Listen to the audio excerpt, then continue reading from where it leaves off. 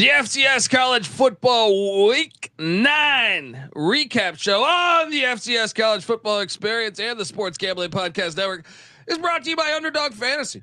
Underdog has just added Pick'em Scorchers, where you can win 100 times the amount of money you enter. Plus, every Sunday they're giving away $100,000. Use the promo code SGPN at Underdog Fantasy for a 100% deposit bonus up to $500. We're also brought to you by Hall of Fame Bets, the sports betting research platform for parlays, player props, and game lines. Download the Hall of Fame Bets app or visit hofbets.com. Use that promo code SGPN to get 50% off your first month and start making smarter bets today, people. Plus, we're brought to you by the MMA Gambling Podcast. Yes, they just launched their first YouTube channel. So get on over there, subscribe to their YouTube channel. To celebrate, we're going to be giving away an MMA Gambling Podcast hoodie. Stats show that if you wear an MMA Gambling Podcast hoodie, you're less likely to get your ass whooped.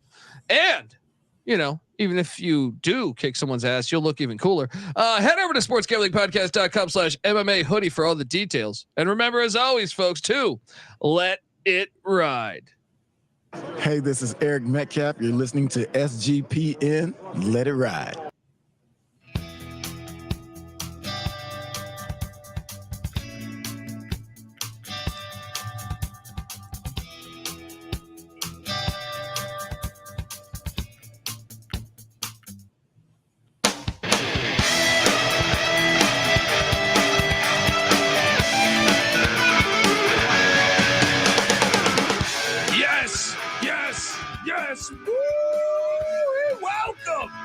Welcome to the FCS College Football Experience Week 9 reaction show.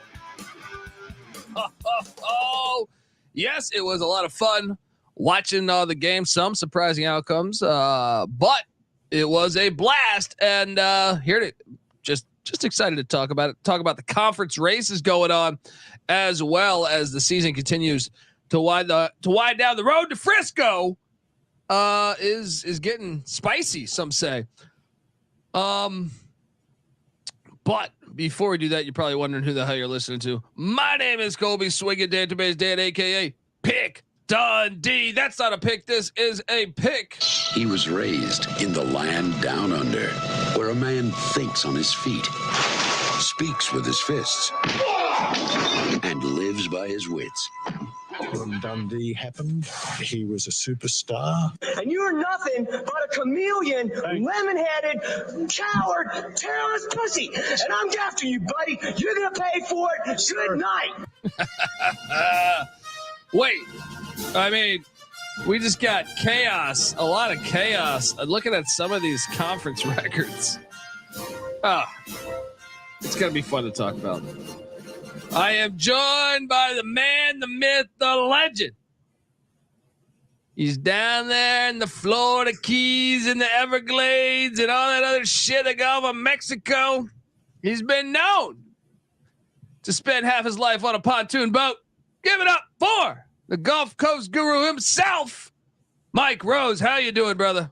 What is up, dude? Yeah, as FBS keeps chugging along to seeing the same like 6 teams over and over again in the playoffs. The road to Frisco, as you said, spicy. I love it. That's a good word to explain it. We might have a clear number 1, but everything after that, man, it's murky.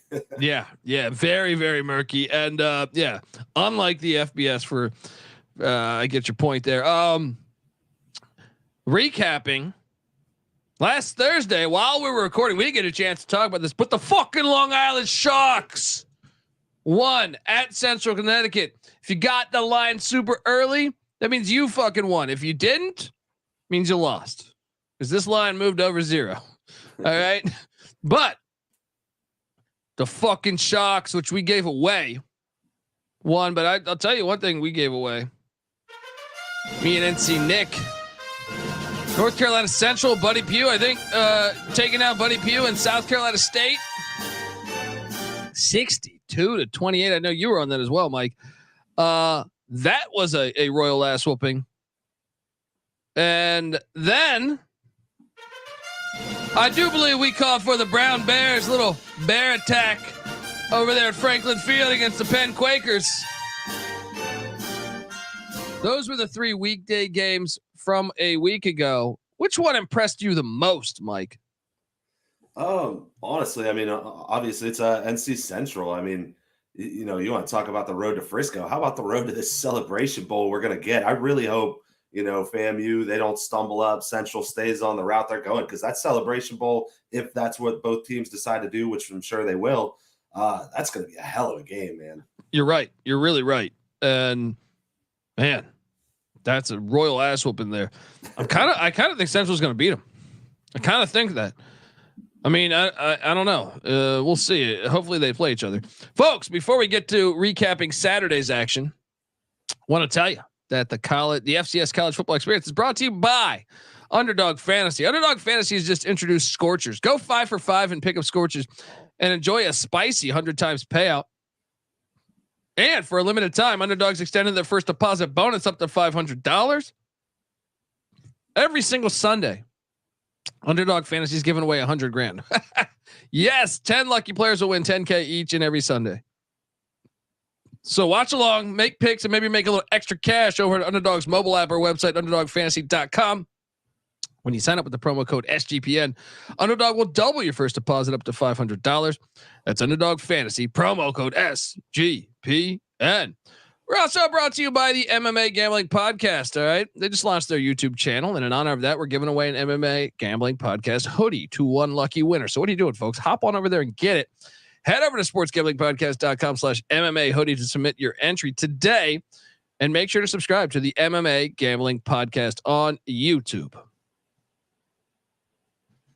All right, we are back on the FCS college football experience. And remember, folks, still we got 2 weekday games this week too. Mississippi Valley State on Thursday. This is a classic. Mississippi Valley State at Bethune-Cookman. All right, don't forget about that one. Also, Princeton heading to fucking Dartmouth on Friday. Ivy League special every Friday. Fantastic. All right. We'll have you covered on the Thursday show and all of those, but love weekday college football. I wish the FCS would play more weekday games. I think they should. But let's recap. Saturday, I got a chance to watch a decent amount of FCS games Saturday. However, I did not watch this one. Yale 35, Columbia 7. The Lions just Now, folks, if you're not keeping up with the Ivy, I know the Ivy for some dumb reason doesn't play in the FCS playoffs. They should correct that. I don't know what they're thinking. But you have at the top of the Ivy right now, Princeton and Harvard are 3-1, are both 3-1. Princeton beat Harvard, so they have the tiebreaker right now. But right after that, you have just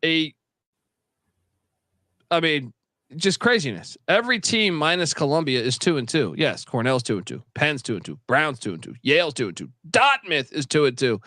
Should make for so everyone's one game back with the exception of Columbia. And one game back of Princeton and Harvard. Were you surprised that Yale just beating the shit out of Columbia at the Yale Bowl?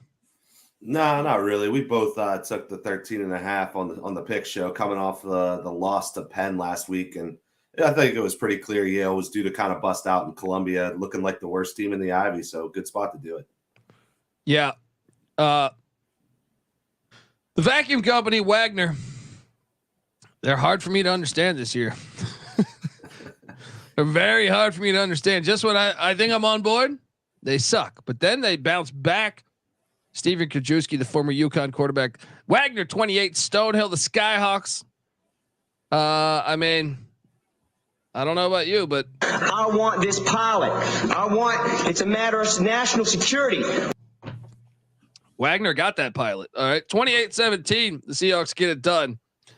The NEC race, quite hilarious. You have Duquesne's undefeated. We'll talk about them in a second. But St. Francis, Wagner, and Merrimack all just a couple games behind. Even the fucking Long Island Sharks are still alive. I was surprised at that outcome because not that surprised because I knew Wagner been playing better this year, but the way that I saw them the week prior, I was surprised a little bit. Duquesne 27, Sacred Heart 0. Talk to me about your Sacred Heart Pioneers and what's going on here, because I know we both took Duquesne, and easy play, 27-0. Sacred Heart this year? I mean, the closing line was Duquesne -4. So I hope you folks cashed in with the Dukes. What'd you make of this game, and what'd you make in general about this season for your Pioneers? Yeah, they're pretty offensively inept. I mean, they can't do anything. They had a total of 82 yards passing, 70 yards rushing. So you're not really going to win a game when that's what you're putting up. But I think as far as the rest of the NEC, with the Merrimack loss coming to St. Francis, it looks like Duquesne clearly in the driver's seat. I mean, all they got to do is win the games that they should. They got a big one coming up against Wagner next week. So as long as they take care of the vacuum company, hey man, they're in a good spot. Yeah. Yeah. You know, I got to admit, started kind of rough because I did take Bob Morris against Tennessee Tech. I am very mad at that outcome because Tennessee Tech 38, Robert Morris 13. Shout out to GBO. But what do you make of that outcome? I mean, this was a dominant. They were up 21-0 at halftime, man. This was just a royal ass kicking. Yeah, I think Robert Morris coming off the bye. Sometimes when these teams they're losing games, but they're scrappy, and then they go into the bye week, they come out and you're looking at, well, we're 2-4, we're really not in the hunt, and it's hard to stay up for a whole season when you're a team that's a little challenged. So while Robert Morris looking better than they did last year, this was a firm reminder that they still suck ass. So there you go. All right, we got to talk about this one. Howard 17, Delaware State 10. I mean, unfucking believable, right? Unfucking believable. Howard got a game coming up against Central in a couple weeks, and I don't think there's any hope of that anymore. Like we talked about in the preseason, maybe, But I'm actually thinking, come this Thursday when they play South Carolina State, I'm definitely going to be taking whatever points they're laying. But I think I'm going to call for Buddy Pugh in the outright upset because this team sucks. That's on Saturday. But yes, Saturday. But yes, they've been struggling, man. They're hard to get a gauge on. They're really hard to get a gauge on. Lafayette, Georgetown. I know you texted me on Saturday, and look, I did not, even though I locked this up, I did not bet this game. I thought I was going to. I did not. Lafayette 35, Georgetown 25. Man, the Hoyas had one of the most crucial parts of this game is Georgetown gets a pick. I think it was a 7-point game. Fourth quarter. Maybe late third. They get a pick and they're at Lafayette's at their own 15 or 20. Georgetown gets a pick. You're like, oh shit, this is the Hoyas. This is my Hoyas. They're coming back. I think if not the next play, then the play right after that. Interception right back. And that I felt was the game for as far as the Hoyas pulling the outright bid. They did cover though. So we will play the music because Mike Rose went with the Hoyas. What'd you make of this one, man? Yeah, man, the 10 and the hook. I got the hook on the Hoyas, so I was happy about that. As old dirty bastard once said, bitch, give me my money. So one thing I'm seeing here though is Mr. Noop. Did he get hurt? Because we got Lautner coming in throwing for 428 and 3 TDs. What's up with that, man? Yeah. I mean, as far as I knew, I once again. The problem with the studio setup is I only keep the main one on audio. The rest are off. Mm-hmm. But yeah, I saw the same thing when I looked at the stat line there. But the Patriot League, Lafayette still in first place. Holy Cross right behind them. And then the Hoyas 2-2. If they can maybe upset Holy Cross, maybe they have some life. I don't know. But that was a big game there. Bucknell 49. Bucknell hasn't scored. They might have scored 49 points all last season. Get the fuck out of here. 49 points at Colgate. I mean, 49-34. I did not think Bucknell was going to score 49 points. What'd you make of this one? Yeah, I didn't know if Bucknell was going to score 49 all season. Yeah, just when you think maybe Colgate, hey, maybe just a rough start to the season because of who they played, and then they come out here, lay an absolute egg at home. Bucknell goes out, scores 49 on them. It's just some wild action there. I don't even really know what to make of that one. I don't know if that outcome happens if they play again next week. If that same thing happens, I doubt it. What a wild one. Yeah, Northern Iowa 24, Illinois State 21. That that game was a push, but well, at least when we called it. Northern Iowa though, right in the mix right now. You know, obviously South Dakota, the Jackrabbits 5-0, but 4-1 right behind them. South Dakota, Northern Iowa. Believe it or not, North Dakota State's in like 7th place in the MVC. Pretty wild. That's pretty wild, man.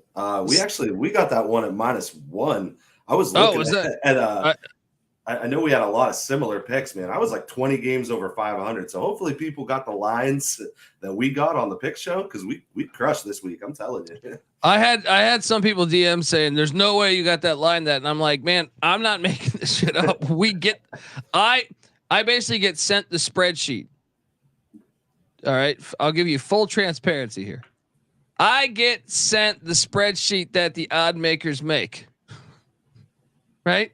For the odds of the games. Now, of course, these change, especially even in the FBS side of things. I can look at the FBS spreadsheet and those change, but the FCS drastically changes. So I can only tell you what I can tell you. I'm not just making up numbers here. I don't know what to tell you. I mean, people were saying that we were fucking wrong on a couple numbers. Well, not when they were gave. They change within 15 minutes. They'll move. Yeah, that's what I'm saying. Well, that's what I'm saying. You have limited people betting on it, so it's like the numbers can change drastically. I don't know. I don't know what else to tell you besides that. St. Francis, PA, 28, Merrimack, 21. Big win for the Red Flash. We were on different sides here, right? Didn't I ride the Red Flash? You rode Merrimack?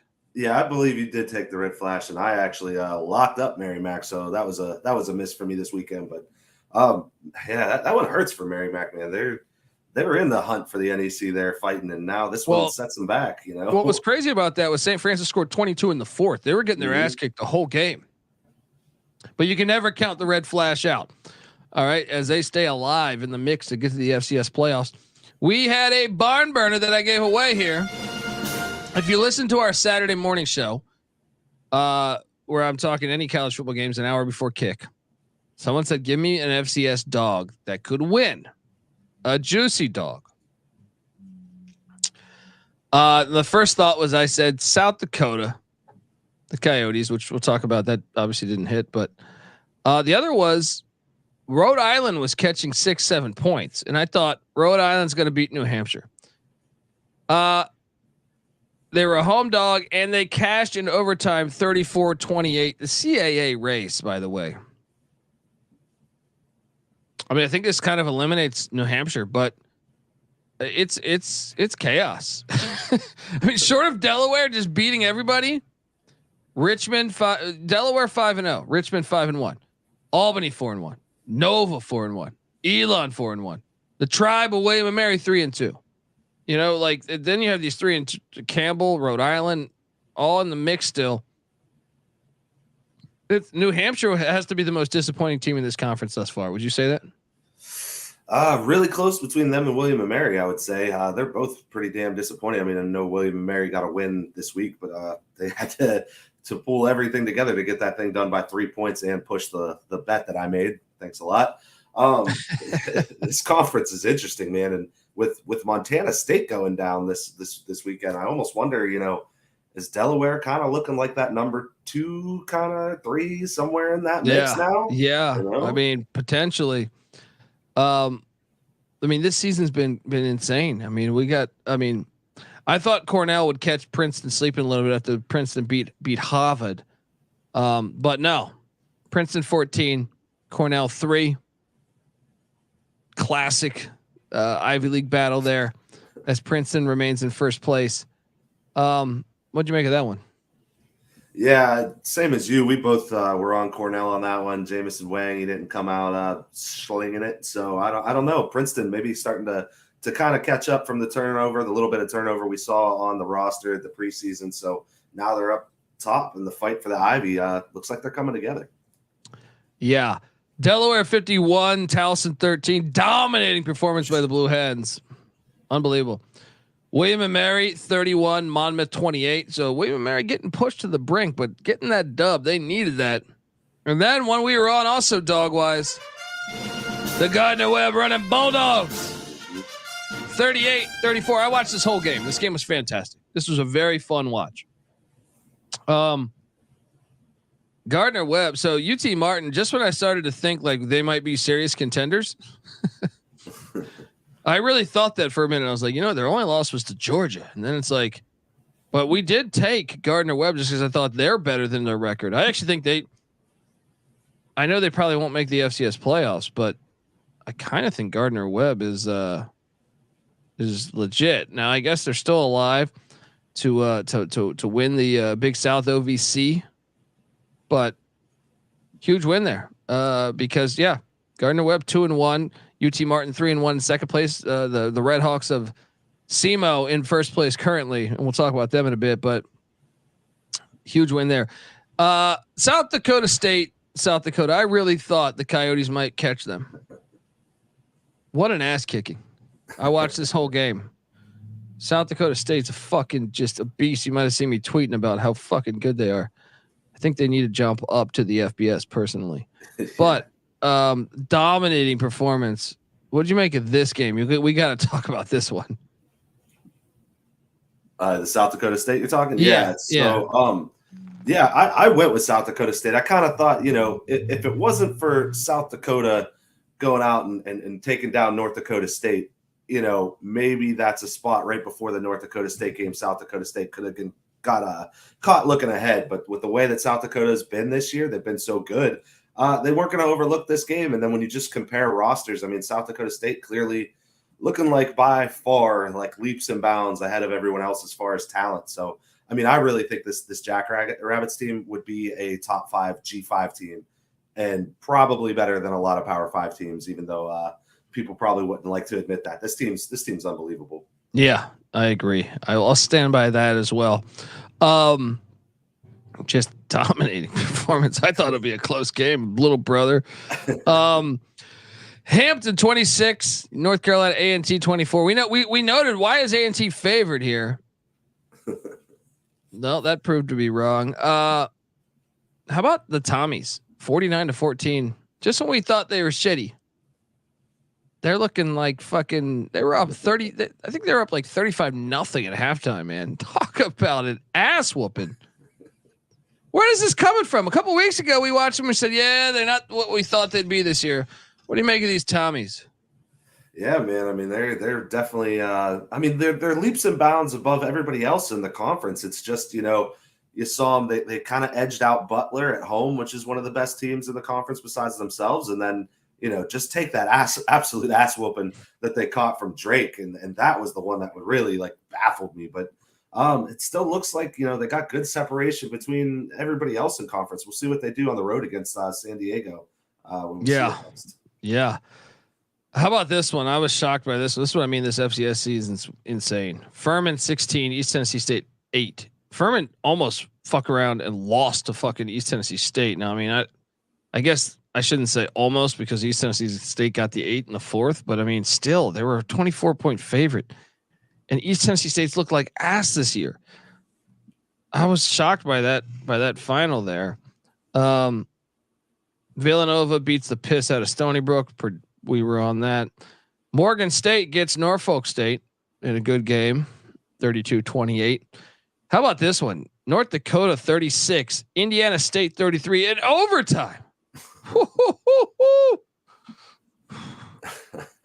This game was disappointing for the Fighting Hawks there. I didn't really know what was going on. I was worried about them all game. I mean, when we did the picks, where was it? I don't know. We laid 27 or something around that number. So I don't know why this week all of a sudden Indiana State decided to show up, because they haven't put up 33 points all year, I don't think. But at least they escaped with their lives there for the Fighting Hawks.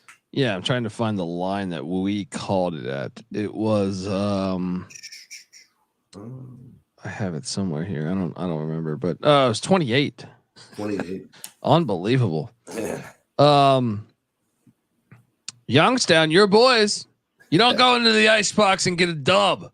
All right. The Penguins win 44-28 against Missouri State. Nice win there as they stay in the mix in the Missouri Valley. Hear me out on these boys too. Like, so this week they're going to play the Sycamores on the road, right? Little maybe tricky spot, because right after that they got South Dakota State coming up following their game against North Dakota State. So the Penguins, you got to think that's kind of, dude, that's for the conference to catch them. and at Murray State. So like you're playing two shitty teams in South Dakota. You could win the Missouri Valley if you beat South Dakota State there.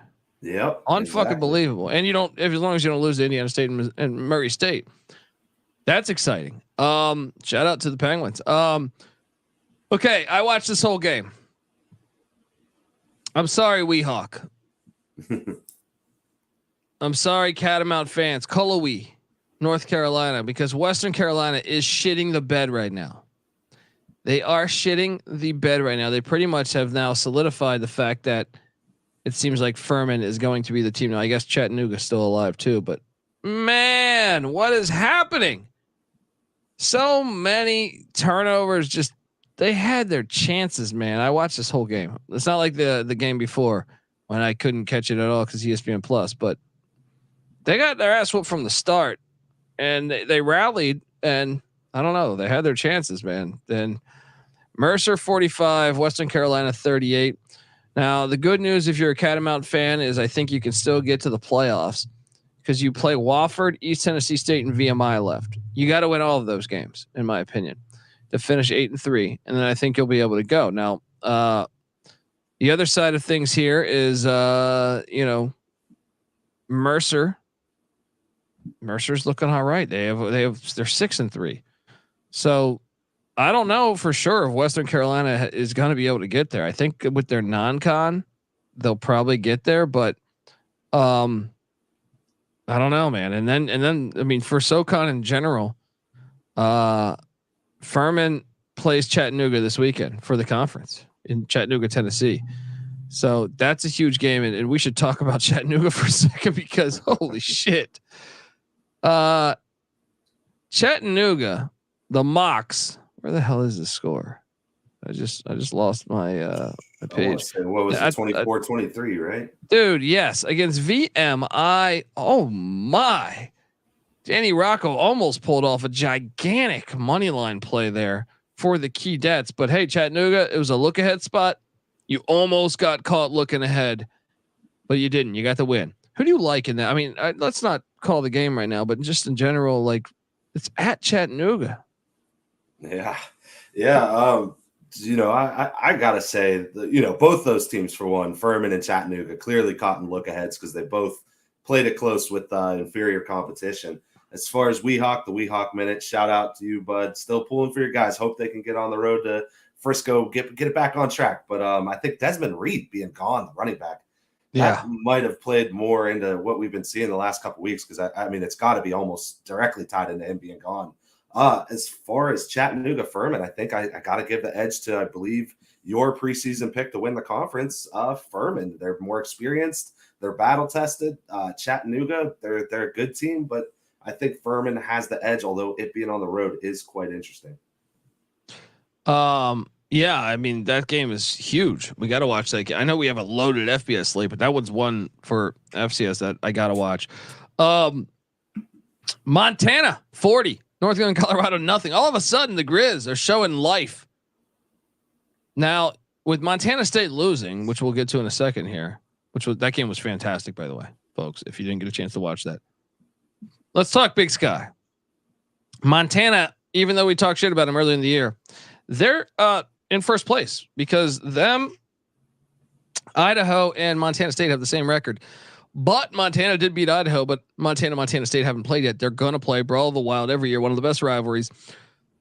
Sac State's 3-2 in second. Idaho State is 3-2 in second. And same with Portland State and Northern Arizona. Shockingly. Yeah, really disappointed in UC Davis, but it's a wild race there. Speaking of, moving along. Kennesaw beats Lincoln, California, the greatest institution in the history of the world, 28-12. Kennesaw, I don't know if they're ready for the FBS. Just going to go with that. They're whatever, failing upward, pulling the Cliff Kingsbury. Southeast Missouri State, 35, Nichols 31. This SEMO team, I don't like this SEMO team, man. I know they're winning these games, but Alcorn State 24, Mississippi Valley State 3. I mean, You know, we almost lost that bet. Near. I play my music on that one, but whew, we had to sweat there. Grambling 28, Bethune Cookman 14. Hugh Jackson, baby. I went back to the well. We got it. At Southern Utah. Holy shit.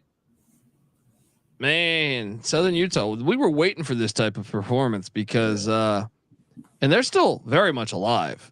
Very much alive here. 52-14. They beat the piss out of Abilene Christian. Dominating performance. The Samford beat the Citadel 37-7. Citadel's having an awful year. Jackson State 40. Arkansas Pine Bluff 14. That was the win we were waiting for. All right. As they get it done by 26 points, cover the 22-point spread. Tennessee State 43. Lindenwood Penitentiary 20. What was I thinking? Sorry, Jay Scott. Houston Christian took down Commerce 17-13. Alabama State took down A&M. You were on the right side of this one. We had a little battle. Yes, sir. That was one of my locks, man. Yeah, that's what I'm saying. I'll play that music as your Hornets take down the Bulldogs. Rivalry game.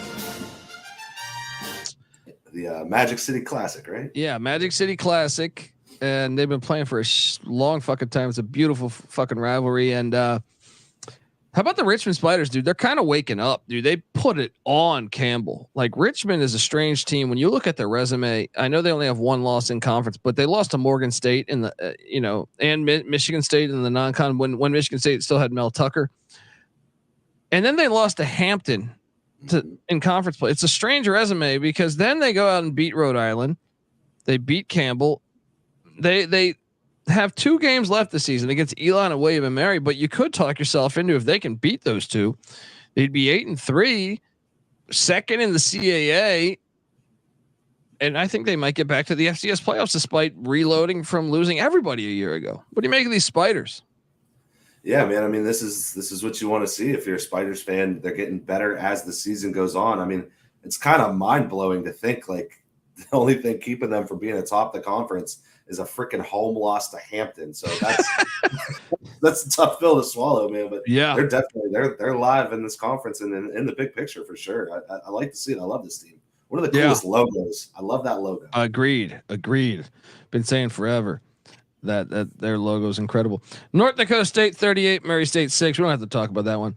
Idaho 24, Montana State 21. This was probably the game of the day. Mm-hmm. I mean, someone just shared a clip today about the way the final touchdown pass from McCoy. I mean, it was about an inch away from getting deflected. Remember, Idaho was up 10-0 at halftime. Montana State rallied, scored the next 14, and really looked like they were maybe in a position to win or at least go to overtime. But Idaho, and this place was lit, even though they play at that filthy dome. The Vandals, huge win there, 24-21. Great game. This is what college football is all about. That game was fantastic. What'd you make of this one? Yeah, that game was phenomenal. I thought it was going to be right around a 3-point game. If I'm being honest, I mean, I took the 3.5 when we picked it. I took it for Idaho because they were at home, but I thought Montana State would be the team winning by 3. So really impressive win for Idaho coming out of the bye, getting that one done. Now, they're in a spot. They got Northern Colorado, Weber State, who hasn't looked excellent lately, and then Idaho State at the end of the season. So this team, they hold a lot of their own cards. Very interesting to see. Yeah, the Big Sky is awesome, man. Florida A&M 45, Prairie View 7. That went chalk. Austin P 49, North Alabama 39. That was interesting a little bit. Didn't think Austin P would be getting about 50 points. Portland State, how about them? 47-35 over E-Dub. Portland State might be the hardest team to figure out in the FCS. I'm sick of that damn team, man. Incarnate Word 17, Lamar 7. Kind of went. Boys. I thought Incarnate Word would probably beat him by more, but dude, they're so fraudulent, and they're going to end up in the FCS playoffs, and they're going to lose by 1 million. They suck. UC Davis, talk about disappointing. They lose. They go to the Walk-Up Sky Dome or whatever that stupid fucking stadium is in Flagstaff, and they lose by 17 to NAU. I thought coming into the year that UC Davis was probably gonna like fringe playoff team. They've been a disappointment. Nice win for NAU though, I know they've been battling adversity this year. How about Southern Illinois 63, Western Illinois nothing. Whoo! Nothing like a fuck you in a rivalry game. That's a dominating performance there. Hava took down Dartmouth. Fucking Dartmouth lost by 8 there. Bryant, we were on Bryant 47, Charleston Southern 24. How about this one? Texas Southern and Southern. I mean, can we cry now? Because I laid the 11 with Southern. They won overtime 23-17. God. It's a good team, man. They just don't blow anyone out at all. Never take them over a touchdown. San Diego 17, Morehead State 11. You don't go cross country. All right, we lay the 5.5, and somehow you win by 6. Shout out to the Toreros. Tarleton State 25, Central Arkansas 23. We need to talk about this one. Man, oh man. I did not see this one coming. No. Yeah, you'd think. I mean, they're two teams that are so similar, the way they run the ball and everything. It's just Central Arkansas should have the more talented squad, but I mean, it's not a look ahead spot. I don't know what happened here. So Tarleton, big win. You know they're enjoying that one. That's a huge win. I think they might even need to get a game ball here in a second. But Davidson 45, Presbyterian 28. I think I gave great analysis when I said never lay 3 touchdowns with Davidson. They run the triple option. So Presbyterian, the Blue Hose cover Eastern Kentucky, Utah Tech. I did get a chance to watch this game. This game was wild, back and forth a little bit. EKU gets a 34-30 win in Zion. Nice win there for EKU. And then the final game was the Sacramento State Idaho State game. Sac State 51, Idaho State 16. Dominating performance against Cody Hawkins' bunch as the Hornets, jump back into the mix essentially. I don't think any of those were that shocking though. I think they all went kind of chalk with the exception of the Tarleton game. Let's get to game balls. Game ball number 1, Gulf Coast Guru. Where are you going? I'll go ahead and I'll give one to the Salukis, man. I mean, they go out there and just completely wax and shut out a rival, sending the Leathernecks out of the conference on a good note. Let's go, get out of here. Yeah, big game for the Salukis, letting you know they're still in the hunt. And you have shit talking rights forever after that one. Yeah. And by the way, I know I accidentally skipped over Holy Cross 49, Fordham 47. Wild game yet again. That's 2 straight years for that game being fucking insane. Huge win for Holy Cross. My first game ball, we're gonna do 3 each. My first game ball, I think it's gotta be. I mean, the game that was I'm gonna say Lafayette because I thought it was a classic letdown spot. And this Lafayette team that was not any good last year is looking amazing. They might make the FCS playoffs. So fascinated by that storyline, man. And I'm hoping that they do. Cause I think I don't know. I like Holy Cross too. I hope they get 2 in like last year. What are you doing? What do you make of, the Leopards? Yeah, man. This is such a fun story. I'm interested to see where this is going with Lafayette. I'm surprised. I guess I'm not all that surprised because I know there's still some favoritism, but to see them still down all the way at number 16 with what they're doing, I don't know, man. I think they've made enough of a statement at this point to tell you they're here and they're on the right track. So that seems great. Yeah, game ball number 2 for you. Where are you going? I'm gonna go back to I think I've gone a couple times, and I think it's just showing that this is now with Weehawk with the Western Carolina Catamounts falling a little bit. I need a new purple team up top. My new purple team. Still one of the ones I've been pulling for all year. The Great Danes. This was a tricky spot on the road before a big game sandwich right in between 2 big games for Albany. Big Papa Poff goes out there, 324, 2 touchdowns. Albany, let's get it done against William & Mary this week. Love it. Love it. My second game ball, I'll stay in the state of North Carolina. You were talking Western Carolina. Nope, they don't get a game ball because they lost, but I will give it to Gardner Webb because keeping your chances alive to win the conference with a huge win over a team that was 6-1 in UT Martin. Huge win and just a great game to watch, folks, at the Spangler Stadium there. Who is your third game ball? And final game ball for you. You know what? You got a situation where there's a historic coach at South Carolina State, Buddy Pugh. He's going on the road. He's playing one of his last games of the season, and NC Central doesn't give a shit. Just absolutely whacks his boys. And I think they get a game ball for that, man. They're letting you know, hey, we're a top 10 team. We're here. Maybe we're not going to be in the FCS playoff picture because of the Celebration Bowl, but man, this team is for real. And they're putting you all on notice. They don't care who they play or what emotional story you got on the sideline. They're going to take you down. So let's go. Yeah, I love this Central team. I like watching them. My final game ball will be the Idaho Vandals. You needed that win. You're building that program up, and big time with wins like that, you can really continue to build that program up. 24-21 win over against Montana State. Awesome game to watch. Well deserving. Folks, that's our show. We will be back Thursday with our picks heading into week 10. And man, I mean, I'll just give you a quick, we talked about the weekday games, but what we didn't talk about are some of the nice matchups we have. Yale heading to Brown, I think is meaningful in the Ivy. You also get Villanova at New Hampshire. I know New Hampshire's season not going the way they planned. They get a chance to say a nice little fuck you to a rival. That's always great. Then obviously, as I alluded to, Chattanooga, and Furman going at it for the top spot in the SoCon, pretty much an auto bid. Elon at Delaware. Can we talk about that huge game in the CAA? Both CAA games. William and Mary at Albany. I mean, those are huge games right there, both of them. As that, this is a loaded week essentially. South Dakota. I know you got your ass whooped last week against South Dakota State. We still think you can make the FCS playoffs and be a threat, but now you got to go take on the Salukis, who fucking just dropped 63 on their rival. That game is underrated and very good. I'm very excited to watch that one and talk about that one. And then of course you got the Dakota Marker game, North Dakota State at South Dakota State. Could North Dakota State rebound and take down the Jackrabbits? Something to pay attention to there.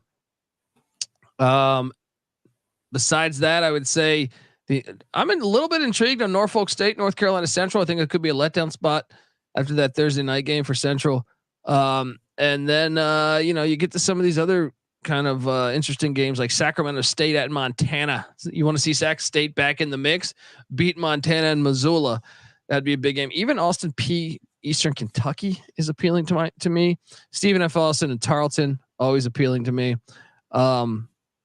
Yeah. So I mean, we're gonna be talking about all those games and more, folks, on Thursday night. So subscribe to the FCS College Football Experience. Remember, you can watch it on YouTube, youtube.com/the College Experience. It's the hub for all of our college shows. I host an FBS show called the College Football Experience. I also host the College Basketball Experience. Yes, where we talk college basketball. Every single conference preview will be out by November 4th. And then obviously the season tips on November 6th. So our preview and picks for every single day of the season begin on November 5th. Subscribe, tell a friend. Also, check out the College Baseball Experience and the Big 12 Experience. We talk everything Big 12 there. And also Sports Gambling Podcast, Sports Gambling Podcast Network, SGPN, live from Las Vegas every Friday night on VSiN, VSIN. If you have YouTube TV, you have VSiN. That is Brent Musburger's network. But make sure you also follow Mike Rose, a.k.a. Gulf Coast Guru, because he's out there power boating to victories, baby. All right. Give him a follow on Twitter at GCG_wins. We appreciate all of Mike's work. And folks, yeah, I can't wait till Thursday. Until next time, folks, this is the FCS College Football Experience. You better start thinking about yours. And we out of here. Run and shoot.